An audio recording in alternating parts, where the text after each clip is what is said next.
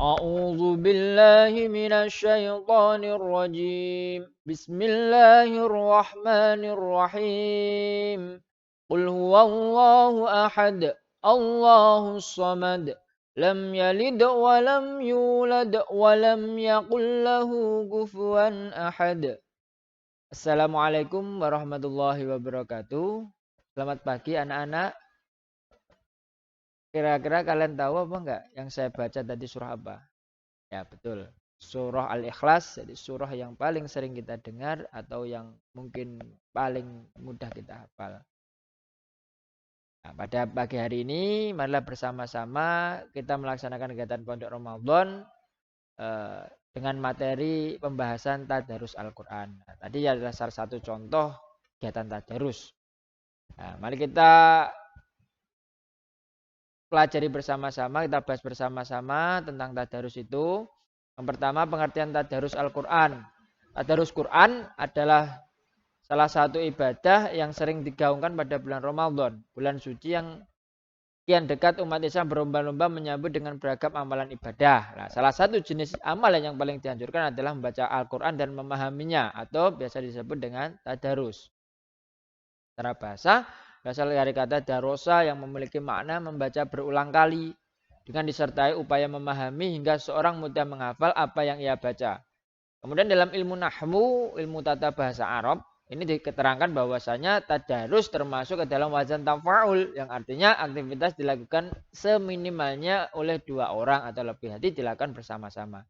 Secara istilah, tadarus memiliki arti kegiatan membaca dan memahami Al-Quran secara berulang secara bersama-sama. Itu pengertian dari tadarus.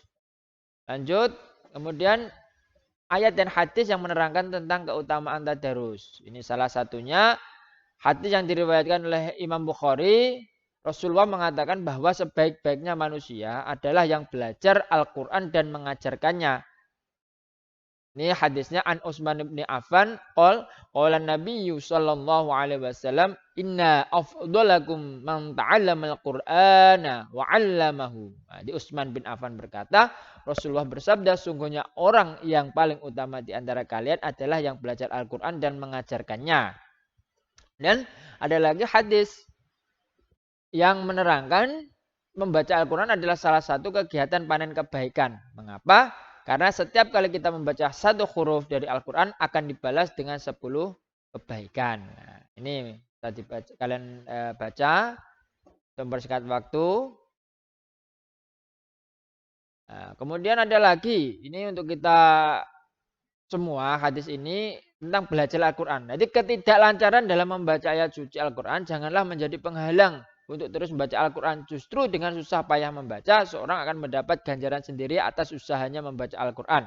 Tentu saja apabila lidah kita sudah terbiasa membaca Al-Quran, pasti kita akan lancar dengan sendirinya. Nah ini ya, hadis ini dari Aisyah. Jadi Rasulullah pernah bersabda, orang yang ahli dalam Al-Quran akan bersama malaikat. Dan para malaikat pencatat mulia lagi benar.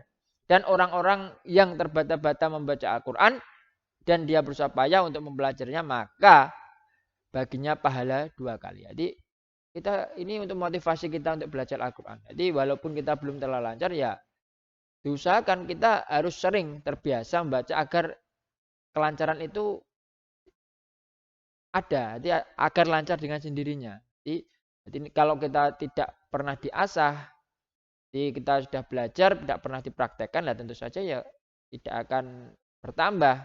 Jadi tidak akan lancar nanti membacanya. Kemudian lanjut lagi, ini membaca Al-Quran akan memberi ketenangan jiwa. Bahkan orang yang mendengarkannya akan merasa tenang. Karena Al-Quran diturunkan sebagai obat dan rahmat bagi orang-orang mukmin. Nah ini di Al-Quran juga bisa menjadi obat.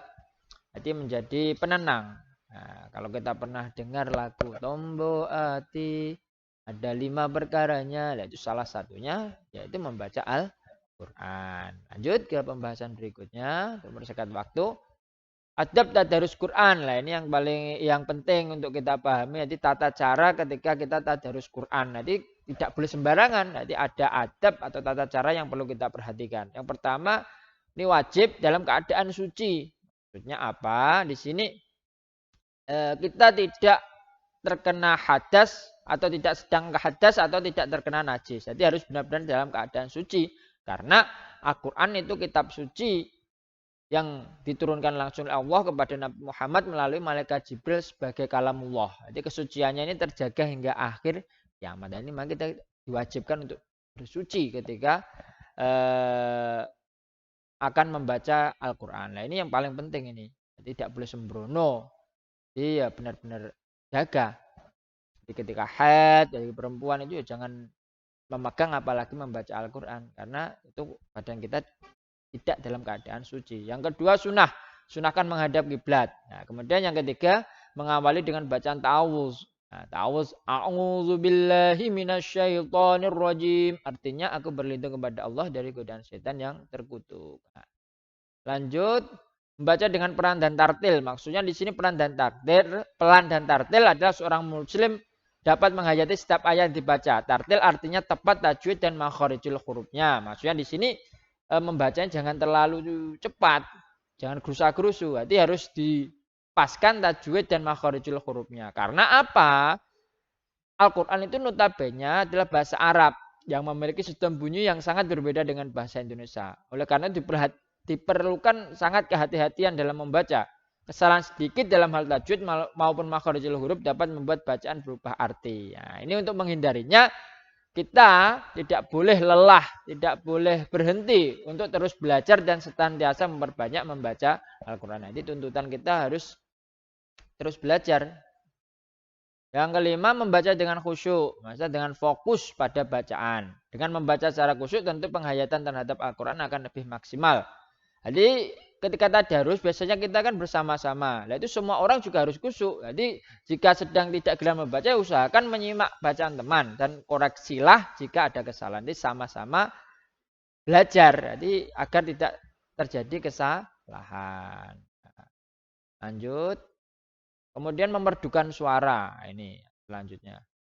Jadi bukan berarti yang suaranya jelek tidak boleh membaca Al-Quran. Tidak. Di sini dalam hadis disebutkan innallaha jamilun yuhibbul jamal. Jadi di sini sungguhnya Allah Maha Indah dan menjaga keindahan. Maksudnya di sini suaranya itu dibuat sebaik mungkin, jangan dibuat-buat yang jelek, jadi yang baik. Kemudian diakhiri membaca doa setelah tadarus. Yang dianjurkan membaca doa, doanya yang biasa kita baca, Allahumma arhamni bil Qur'an waj'alhu li imaman wa nuran wa hudan wa rahmah. Allahumma zakkirni minhu ma nasitu wa alimni minhu ma jahiltu warzuqni tilawatahu ana al-laili wa adrafan nahar waj'alhu li hujjatan ya rabbal alamin. Nah, itu adab tadarus ya. Ini saya kira itu materi yang bisa kita bahas. Ini kita lanjut dengan pelatihan tadarus. Jadi kita membaca satu surah, dua surah. Kita baca bersama-sama. Saya kalian tirukan. A'udzu billahi minasyaitonir rajim. Bismillahirrahmanirrahim. Qul a'udzu birabbin nas, malikin nas, ilahin nas, min syarril waswasil khannas, alladzi yuwaswisu fi sudurin nas, minal jinnati wan nas. Ini surah An-Nas. Ini tajwidnya ada di sini keterangannya. Salah satunya adalah yang di garis warna hijau itu bacaan ikhfa. Jadi samar-samar ada nun mati bertemu dengan huruf shin. Dibaca min syarril waswasil khannas min syarri. Jadi min syarri. Nah ini. Salah satunya lagi ada ungu. Ini matlobi'i ya ini. Ada huruf hijaiyah harokat hidup bertemu dengan huruf hijaiyah. Jadi ini pasangannya domah dengan wawu, fathah dengan alif, ya dengan kasrah. Ketika itu bertemu dinamakan matlobi, panjang dua ketukan. Qul a'udzu, qul a'udzu. Nah, ini untuk lebih jelasnya bisa dilihat di deskripsi ini atau nanti bisa dibahas di grup ya. Jadi tanya jawab kita laksanakan di grup untuk mempersingkat waktu. Kemudian yang kedua kita bersama-sama membaca